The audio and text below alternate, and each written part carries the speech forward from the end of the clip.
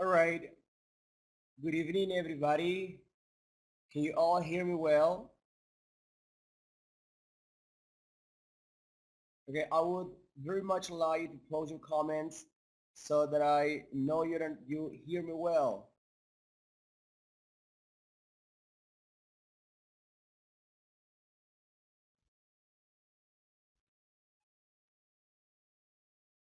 All right.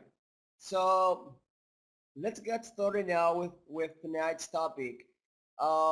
Before we start, I'm just going to make a very brief review of what we did yesterday. Yesterday we were talking about the pre-reading stage and we mentioned some very important topics. We talked a little bit about brainstorming as a very important strategy to start with reading activities. And we also spoke a little bit more about prediction, which is also another technique which should be applied when you want to have your students engage into the topic you will be um, developing. All right.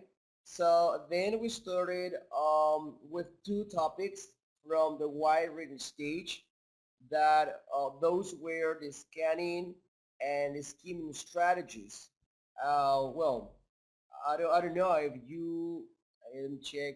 Merely, you were connected yesterday. I don't know if you remember something about it.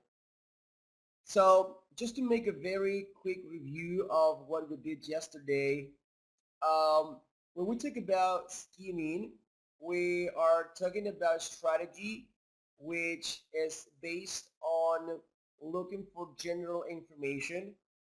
And when we talk about scanning, we talk about and strategy to look for a specific information. And yesterday I gave you a couple of examples so that you could understand it better. All right. So today we will start with we'll continue talking about the wide reading stage, and we will be talking about some other strategies that are also important to take into consideration. Um, like your national state exam is going to be soon, so all of you as professionals and as teachers should be aware of the terms and the kind of expressions we as teachers should manage. All right. So today we will start with show you. This is what we did yesterday. We talked about skimming, and then this is an example of how to skim. We also did scanning, an example as well. All right. All right. There you go. So, um, there are those two terms you see on your screen are called literal and implied meaning. A lot of the times when we like look at these terms, they seem to be complicated to understand, but they are not indeed. They are not that complicated at all. It's just a matter of um, understanding what they mean. And then in a few minutes, I'm going to give you a couple of examples in order to understand how to identify literal and implied meaning. All right? So first off, let's get started by defining what literal and what implied mean. So in your screen, um, literal, it says taking words in their usual or most basic sense without exaggeration or metaphor. All right, this is literal. Why did I put the verb tell in parentheses? It's because when we talk about literal meaning, it's because you say it explicitly. You say it, and the answer is being is you say it with your own words. But when you talk about implied meaning, it's because the answer is not there. You show it, but it's not explicitly stated. So that's why it says that implied means that it's something which is suggested but not directly expressed. So this is what um, both terms mean, literal and implied. Now, I want to show you the next example, and I know this is going to be very, very clear for you all.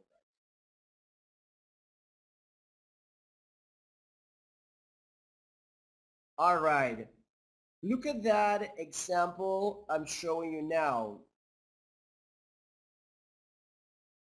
I'm sure I'm 100% sure you all know what that expression means in Spanish. So it says, he is the black sheep of the family. All right. So it says, he is the black sheep of the family. How can we understand it? If you do not know what this expression means in Spanish, you might find it kind of complicated to get it, all right? So if you do not know what this means, you might translate it, if you translate it literally, you might think that, oh, there's a man in the house who looks like a sheep. If you translate it like that, then you're translating it literally. You're translating the meaning the way you see it. All right? But this uh, saying doesn't mean that. It doesn't mean that there's a man in the house who looks like a sheep. Of course not. This doesn't make any sense. All right? So if you um, develop the ability to know how to recognize implied meaning, then you would say that he's the black sheep of the family. It means that there's a man or there's a person who doesn't respect the rules at home. This is what he's the black of a sheep of the family means.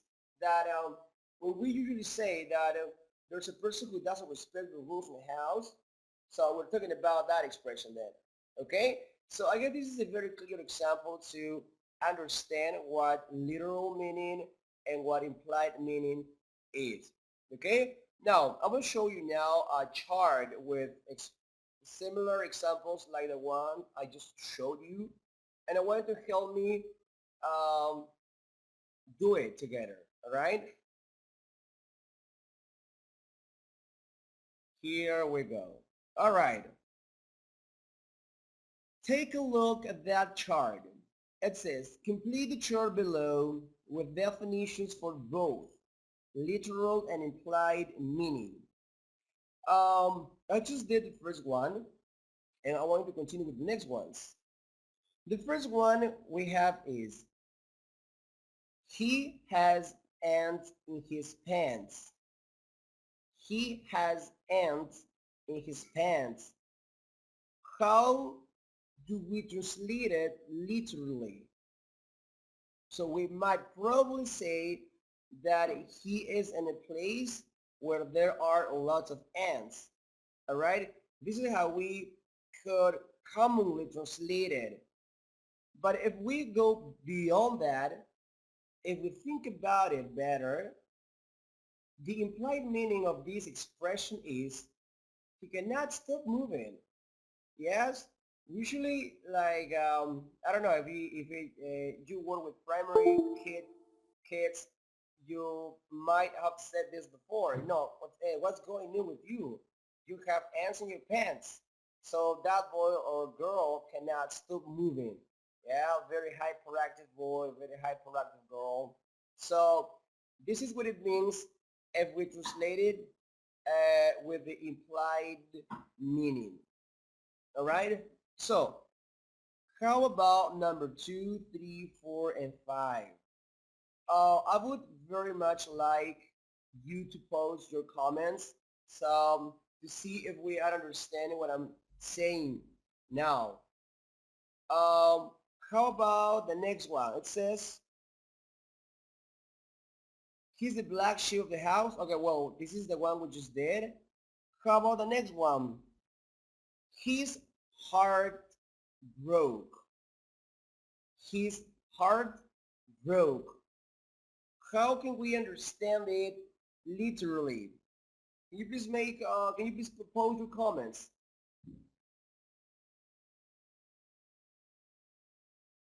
So let me see who are connected now. Erika, Tapia, hello. Ana, Rose, Joanna, Iskra, Javier, Jose Luis, Lucia, Merly. Could you please give me the meaning of his heart broke, but literally? How would you translate it literally?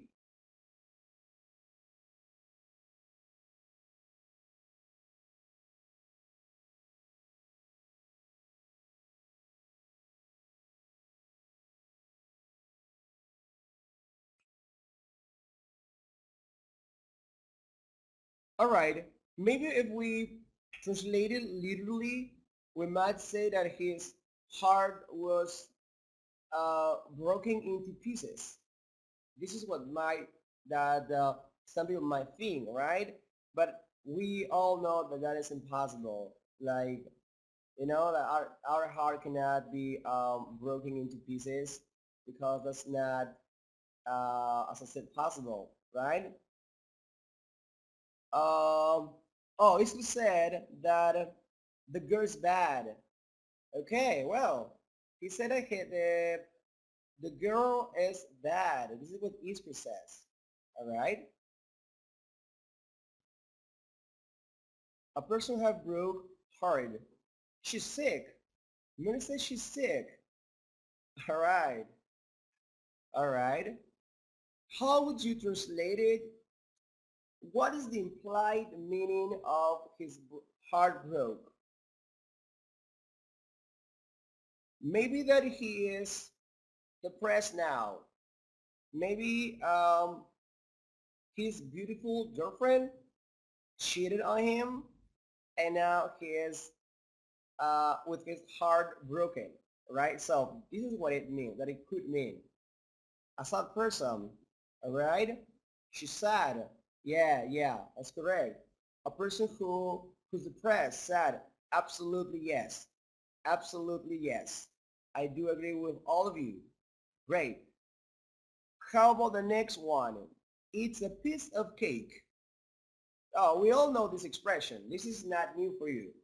It's a piece of cake.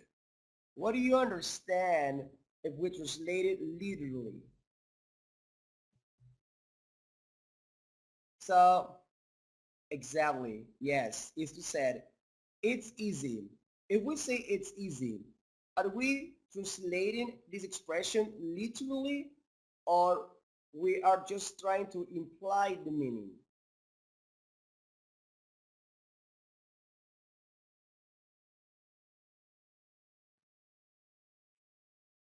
If we translated implied meaning, there you go, Joanna. Absolutely yes. This is implied. Yes, because we are not referring to a cake which has been cut into pieces. Right? If easy piece of cake means it's just easy to do something. There you go. How about the last but not least one? He cracked me up. He cracked me up. What is that? You all know what a crack is. If you have a mirror and then you throw a stone against it, it's gonna crack all, right? But if you translate it with the implied meaning, it might mean that when you say he cracked me up, it means he made me laugh. Like he told me a joke that was so good and then he cracked me up. Yeah, he made me laugh. Okay? This is what crack me up means. Okay, so just to um, just to review what we just learned, literal meaning is the way how we translate it, how the way we see it. And implied is the way we analyze it and the way it truly is. Okay? So do not get confused when you have these two terms, implied meaning and the literal meaning. There you go. Okay, let's move on now. Oh, good. Another important aspect of English is grammar, of course. And if you are an English teacher, then you should be expert with expressions such as verbs, adjectives, articles, conjunctions, nouns, prepositions, pronouns, etc., etc., etc. So, um, but it's not only that. Okay, it's not enough to know just uh, basic expressions, the one that I just mentioned, but we need to go deeper. We need to understand uh, what kind of adjectives we have, what kind of nouns we have, what kind of prepositions we have, because there is like a variety of things we need to understand at the same time. So what is grammar then? Grammar is that um, it is focused on how words can be analyzed based on grammatical characteristics. Yes, this is what grammar is about. Okay? So I don't want to spend much time explaining what grammar is. I just want to go to some exercises. And I want to know if you remember um, some of the terms. Okay, I don't know if you can see it well. It seems to be a bit small, right? But I want to make an effort, please, to read what it says there. Okay, I want to look at the puzzle and I want to look at the sentences. Let's try to complete. One more time, I would be very glad if you uh, post your comments so that I see that you are following me, please. All right? Okay, first one, a word, this is number 3. A word used to show an action, state, event, or process. For example, I like cheese. He speaks Italian. What term is it referring to?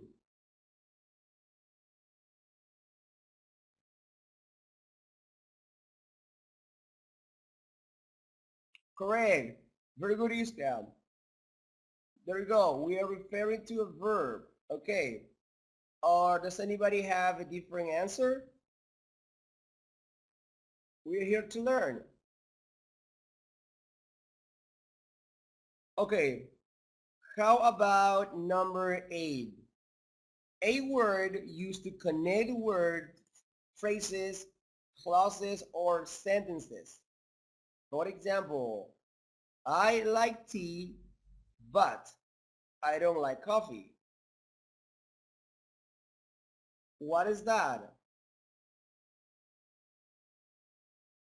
I like tea, but I don't like coffee because it's too strong for me. Joanna says conjunctions. All right? Does anybody have a different answer? Or do you all agree with Joanna?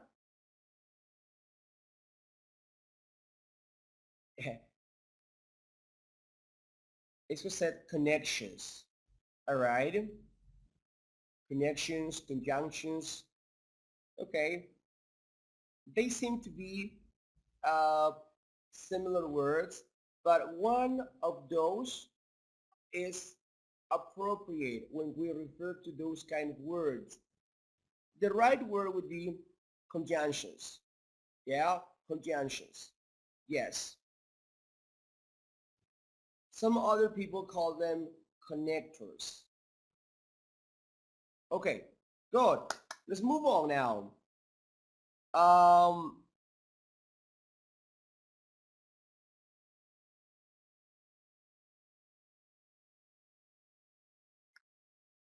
how about the next one? It says a word that describes or gives more information about how, when, where, or to what degree something is done. For example, he worked quickly and well. What is that?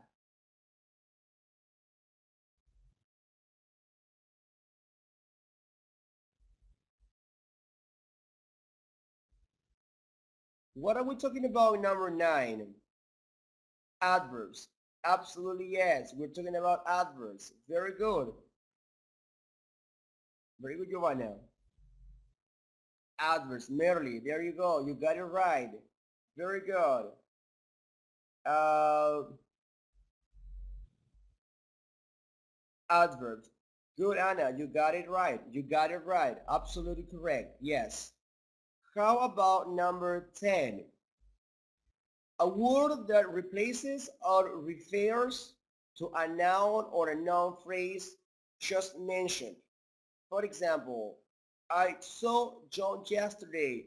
He looked very well. What is that?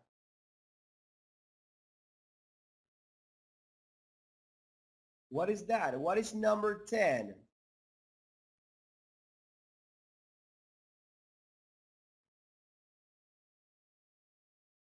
What is number 10? Correct. We're talking about pronouns. Absolutely correct. Those are called pronouns. There you go. It seems you got it right. Next one. So it says, number 1, an expression used to show a strong feeling. For example, oh, whoa. What is that? What is number 1?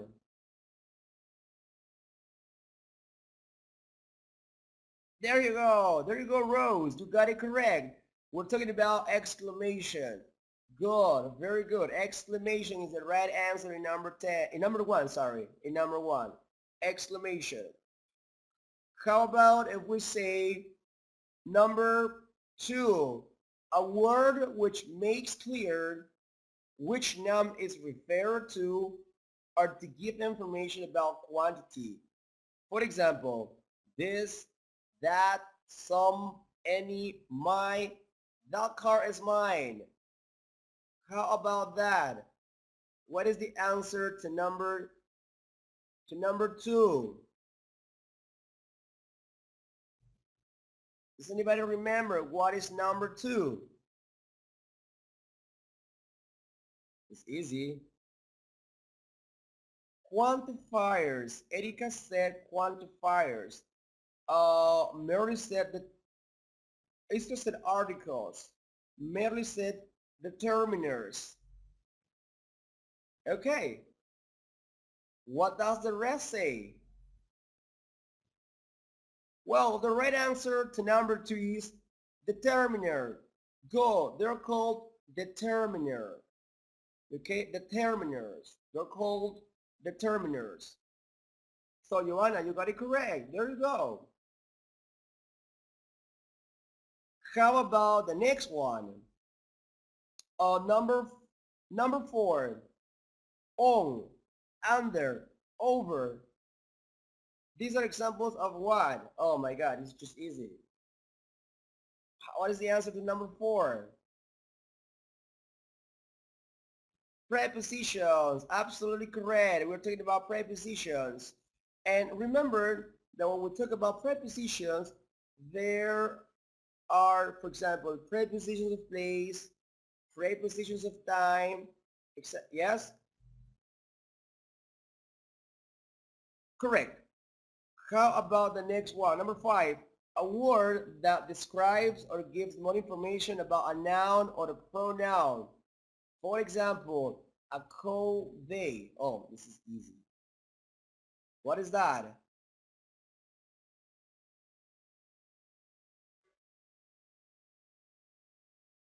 Adjectives. Correct. Those are called adjectives. Good. So number 5, yes, they are called adjectives. Yeah. Number 6, we say, for example, the, and.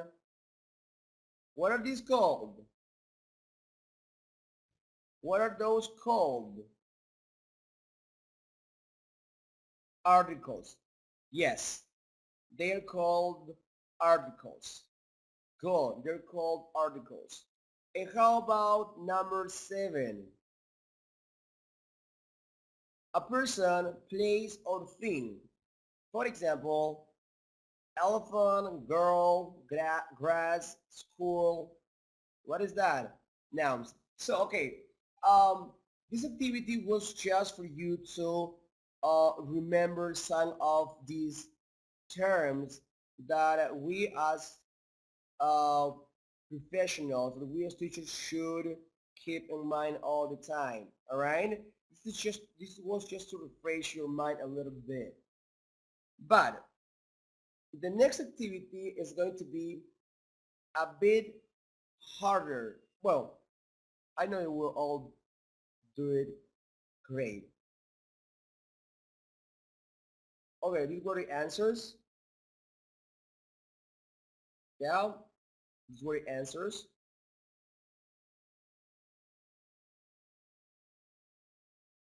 Okay, so I want to look at this example now. Yep. Look at the underlined words in the sentences below, and then I want to match them with the words in the box. Okay? I want to look at the words in the box. We have exclamation, determiner, verb, preposition, adjective, article, noun, conjunction, adverb, and a pronoun. Um, Focus on the underlined words, and I want you to tell me um, what each of those words, what category each of those words belong to. For example, um, number 1. What is number 1? So let's read letter A in total. She always moves the furniture when she does the housework. What is the first one? Yeah, the first one is a pronoun. The first one is a pronoun, absolutely correct. What kind of pronoun is that? Ah, there's a different question. It is a pronoun. It is correct. But now, what kind of pronoun is it?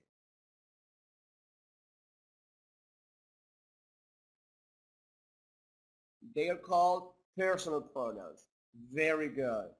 They are called personal pronouns. Okay? Good.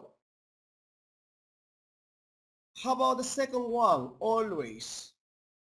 Always. What is always? What category always belongs to? Is an adverb. Is an adverb. What kind of adverb is it? Correct, Roxana. It's an adverb of frequency. There you go. There you go. It's an adverb of frequency. Correct. She always moves the furniture when she does the housework. How about number 3? What is number 3? It is a noun. Okay, let's move faster. How about number 4? When she does the housework, what is number 4?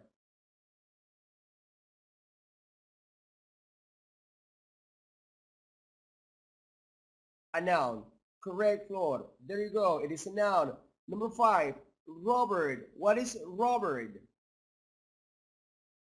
It is a noun. All right, it is a noun. Okay. How about number 6, taller? What is taller? It's a subject. Are you sure? What is taller? Yeah, it is an adjective. Yeah. What kind of adjective? A comparative adjective. Absolutely correct, Joanna. A comparative adjective. How about number 7? Then James and his hair is longer. What is his?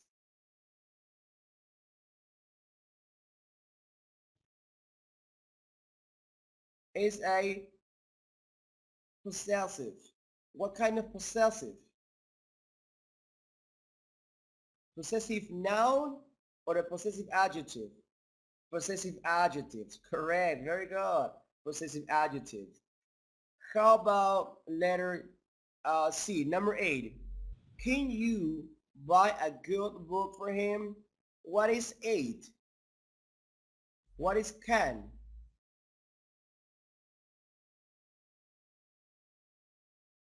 What is can?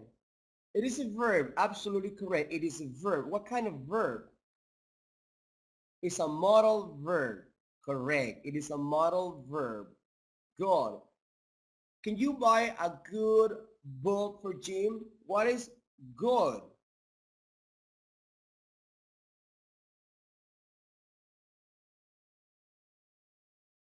It's an adjective. Very good. It's an adjective. What about book?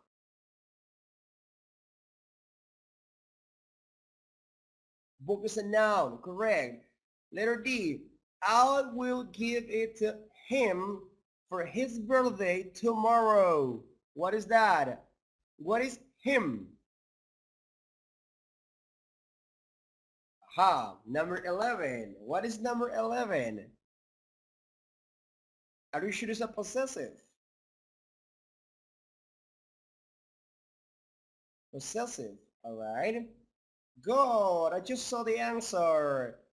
It's an object pronoun. Correct. It's an object pronoun. I'll give it to him for his birthday tomorrow. What is tomorrow?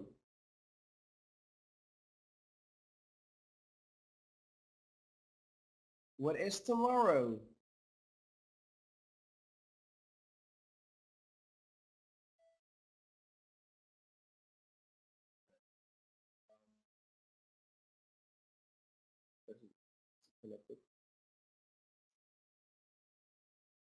No, no, no.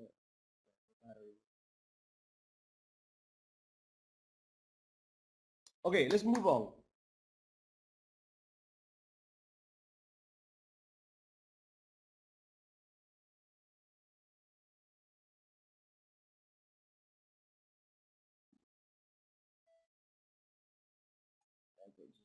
All right. Okay, so it's okay. Let's move on now. Okay, we were in number 12 tomorrow. Number 13, ouch. Ouch. What is ouch?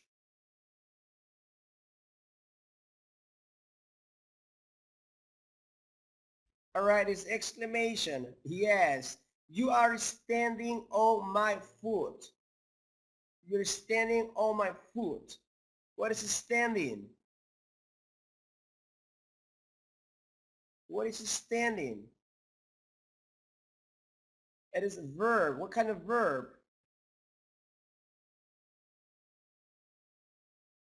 Verb plus ing. All right. Yes. Okay. So listen, we don't have much time then. So I know you all know the answers. But anyway, I want to show you the answers then, so that you see if you were correct or not.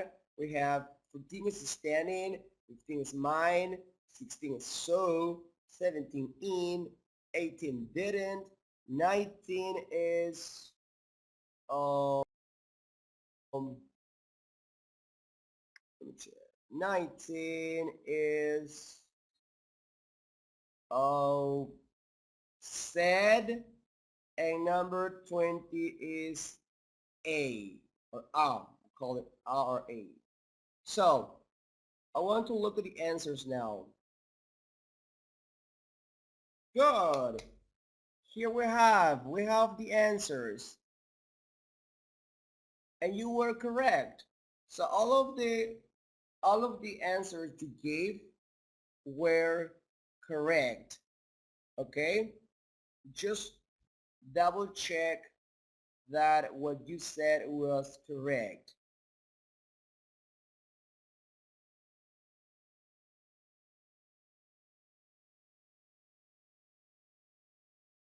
So, um, you might be wondering why are we,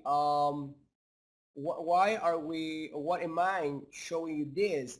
It's because for your national state exam, uh, which is going to be soon, you will probably see some of these expressions. So it is very important for all of you to remember them, all right?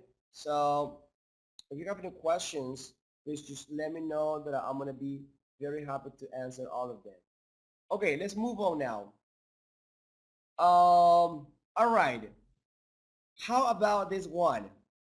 It is said inferring meaning from context. Um, a lot of the times when we were given the text and then uh, sometimes we do not understand what some words are. And the best thing you can do to understanding is just to infer. But is inferring something easy for our students? Sometimes it is not. Sometimes it is now for like many reasons. Sometimes because they're not used to reading. Some other times because we as teachers do not implement such strategy in our everyday lessons. So we really need to think about that inferring is such an essential tool that will allow our students to be better and faster readers. So if we develop inferring in our students, we or they will improve their reading skills. And how does this work? How does inferring work? When you infer meaning, what you need to do is to work out meaning from the information you have around. Okay? This is something so important, so essential. You really need to keep in mind all the time. So same, I will show you an example so you understand it better as well. Okay? Um,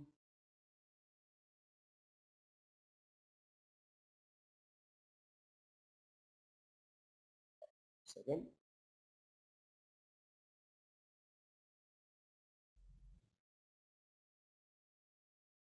Okay.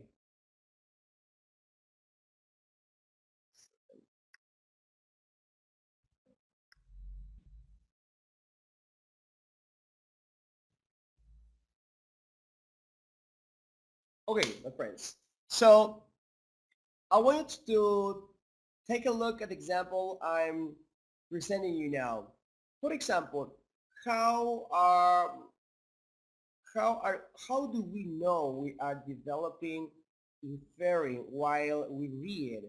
I want to look at this example. It says, it had been raining hard through the night, so the ground was saturated.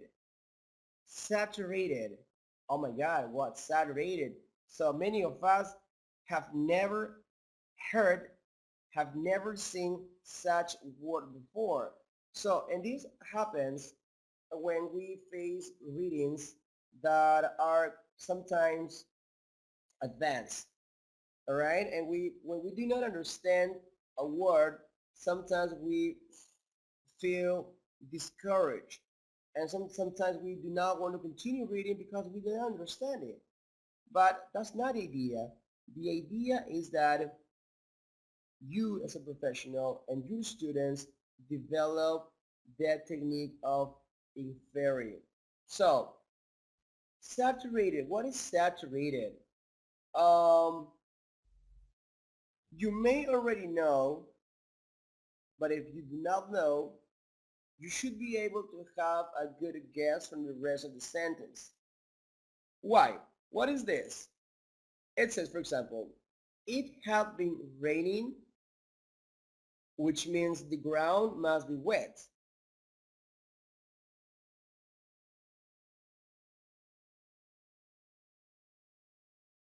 Oh yeah. So I'm so sorry. I'm so sorry. And a lot of the times it happens, some troubleshooting with the computer, but it's okay now. So you were telling me to explain the example again. Absolutely yes. Okay. I was telling you that inferring a meaning from context is something that we as teachers and students should also develop while reading any text. Um, what I said was that a lot of the times when we face with some complicated readings, when we find a word that we do not understand it, sometimes we feel discouraged, and sometimes we feel like we do want to continue reading, but that shouldn't happen. What you need to do is to develop uh, the ability of inferring. I'll just give you this example. I said, we're talking about the word saturated. Saturated, okay? How we can understand the word saturated from the context. I will read example again. It had been raining hard through the night, so the ground was saturated. Of course, we know that when it rains, there will be water all around, all right? But it says it has been raining hard. So it's been raining cats and dogs, so we might understand since it rained a lot and it rained hard, there's a lot of water in the street. So it's been raining hard through the night, so it didn't rain for just a couple of minutes, but through the night. So the ground was saturated. So if you like give yourself some time to read carefully, you might guess what saturated means. And in the last part, uh, what I'm showing you now is this. It had been raining, which means the ground must be wet. It was raining hard, so this means the ground was probably very wet. So what can we deduce? What can we infer? So we might probably infer that saturated means completely wet. Lots of water all around because it rained a lot. Okay? So, my friends, we're just about to finish uh, today's course. We will continue tomorrow. But before I finish, let's make a very quick review of what we did today. So today we talked about inferring. Uh, we also talked about some uh, very important expressions that we use when we mention the word grammar. Okay, take it take into consideration that such expressions might be in your exam. So it would be nice if you get some of your free time and you start reading um, a little bit more. That really helps. Okay. We also talked about, oh, this one. We talked about how to identify literal and implied meaning. Yes. So as I said, literal meaning is what you say, the way you translate it, the way you read it. But when the meaning is implied, it um, it is translated differently. Okay, I gave you this example.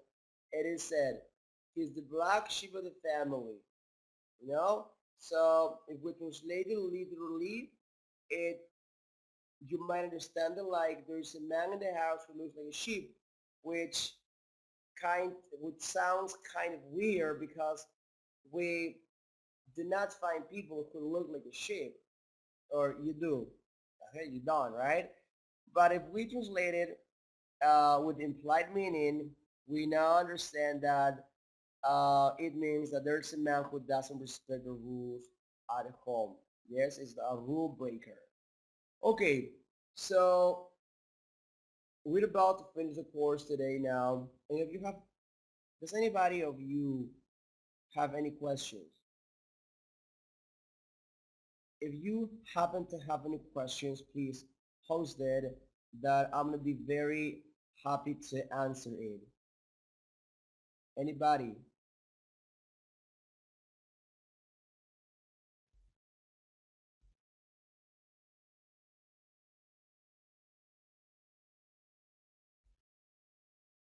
Yes, Iskra, I'm all ears.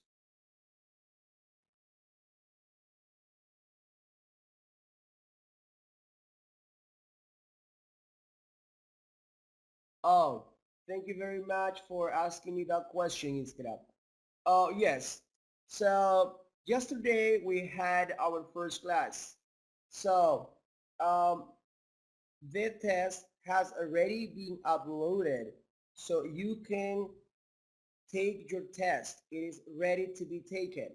Okay? And this second test will be uploaded tomorrow. So by noon tomorrow, you might have the chance to log in and take your test of this second uh, day's class.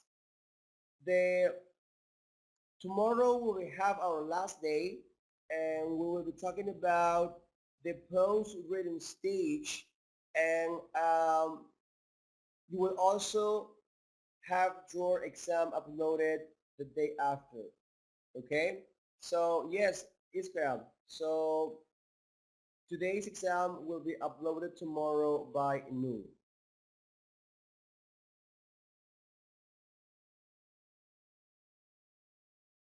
Um, Good question.